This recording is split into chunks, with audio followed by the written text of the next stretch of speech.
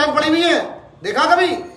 मेरे पास, मैंने देखा था, मेरे पास आते रहते वीडियो, ऐसी ऐसी बड़ी बड़ी मस्जिदें वीरान पड़ी हुई हैं, उनमें नमाजें नहीं हो रही हैं। अच्छा, चोर का क्या मतलब होता है पता नहीं ईमानदारी से?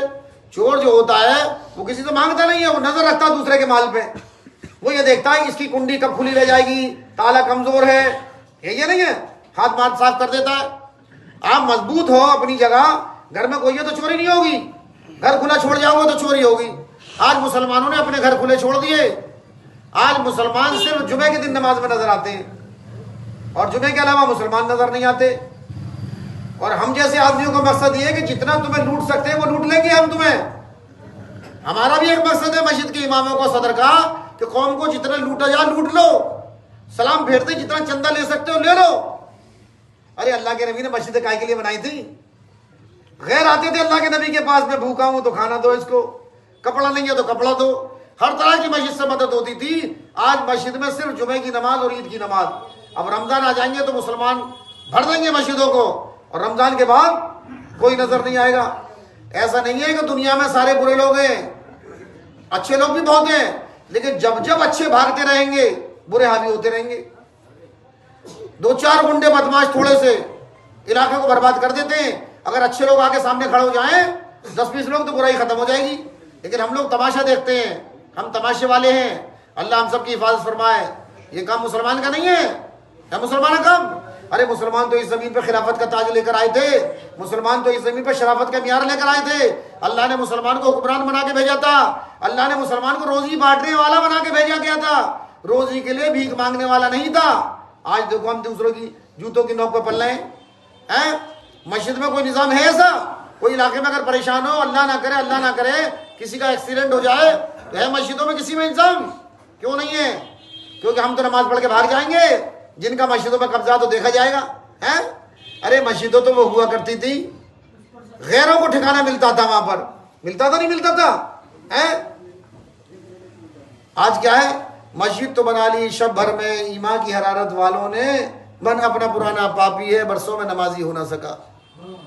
भाई तुम लोग भागते रहोगे तो हम भी तुम्हें लूटते रहेंगे, बर्बाद करते रहेंगे, और इस काबिल कर देंगे तुम्हें कि भीख मांगने के अलावा दूसरा कोई रास्ता तुम्हारे पास नहीं बचेगा।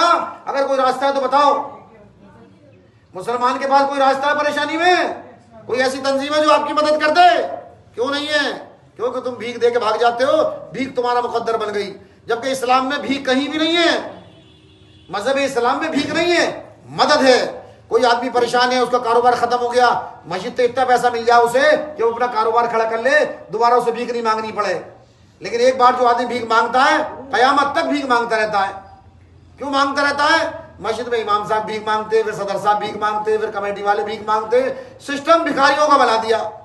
अरे इस्लाम भिखारियों का सिस्टम नहीं है, ये इस्लाम भिखारियों का मजहब नहीं है।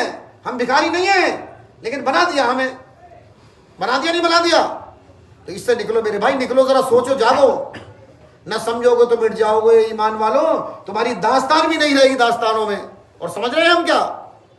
अरे हमारा स्कूल होना चाहिए बहुत शानदार, हर बड़ी मस्जिद के बराबर में स्कूल खड़ा कर दो, हर बड़ी मस्जिद के बराबर में हॉस्पिटल खड़ा कर दो। वो आएंगे तुम्हारी मस्जिद में तो जो अस्पताल वाले हैं, स्कूल वाले, बच्चे ही मुकाबला कर लेंगे उनसे, तुम्हारे साथ तो गैर मिलकर लड़ेंगे।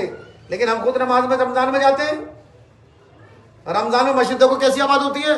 देखा रमजान में कोई परिंदा भी पर मार जाए? 1 महीने के पक्के सच्चे मुसलमान हैं हम, उसमें मगफरत हमारी हो जाती है। फिर आइंदा साल इंशाल्लाह फिर मगफरत करवा लेंगे हैं। अल्लाह हम सब की हिफाजत फरमाए, कहने सुनने से ज्यादा अमल करने की तौफीक नसीब फरमाए। मेरे भाइयों जाग लो, अब भी वक्त है, वरना मौत आने के बाद अल्लाह सबसे हिसाब लेगा, ये ध्यान रखना। मैं मानता हूं कि सब लोग नहीं समझाते, लेकिन 13 साल हो गए समझाते हुए, यहाँ पर हमने कोई कसर बाकी नहीं छोड़ी। जब हमने यहाँ पर पहली अजान दी थी तो मस्जिद की कमेटी आ गई थी, तो बहुत मारधाड़ करी थी हमारे साथ। ये मस्जिद जो है ना, ये मस्जिद हुसैनी, ये खून से बनी हुई मस्जिद है, ये पानी से नहीं बनी हुई है, ये खून से बनी हुई है, खून लगा हुआ है। इसके लिए हमने बहुत मार खाई है, इसके लिए हम जेल गए हैं, इसके लिए सालों तक हम भूखे प्यासे रहे हैं, इसके लिए हमने अपने घर का एक एक सामान बेचा है। बर्तन ढूंढते थे हम, कहीं तांबे का, पीतल का, लोहे का, सिल्वर का मिल जाए, वो बेच बेच के बिजली के बिल जमा करे हमने इसमें। अब अल्लाह का करम इतना एहसान है कि अल्लाह ने इस काबिल बनाया कि हम बोल सकते हैं। यहाँ आवाज नहीं निकाल सकते थे हम, आवाज निकालते हैं फौरन लोग मारने को आ जाते थे।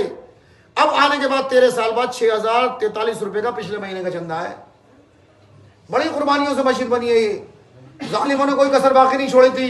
वो कह रहे थे हम मस्जिद बनने ही नहीं देंगे, और जब तुम पूछोगे कि जालिम कौन है तो दंग रह जाओगे। मुसलमान जैसे ही लोग, नमाज पढ़ने वाले लोग, मस्जिदों में रहने वाले लोग, दीन के ठेकेदार, जन्नत के हकदार, वो कह रहे हैं मस्जिद नहीं बनाने देंगे। तो भाई बड़ी कुर्बानी के साथ ये मस्जिद बनी हुई है, ये मस्जिद खून से बनी हुई है। और हमारा मकसद यही है कि जब तक इंशाल्लाह जिंदा रहेंगे, ये है ना, जब तक जिंदा रहेंगे ये अमल अपना जारी रखेंगे। अल्लाह तबारक व तआला हम सब की हिफाजत फरमाए और कहने सुनने ज्यादा अमल करने की तौफीक नसीब फरमाए।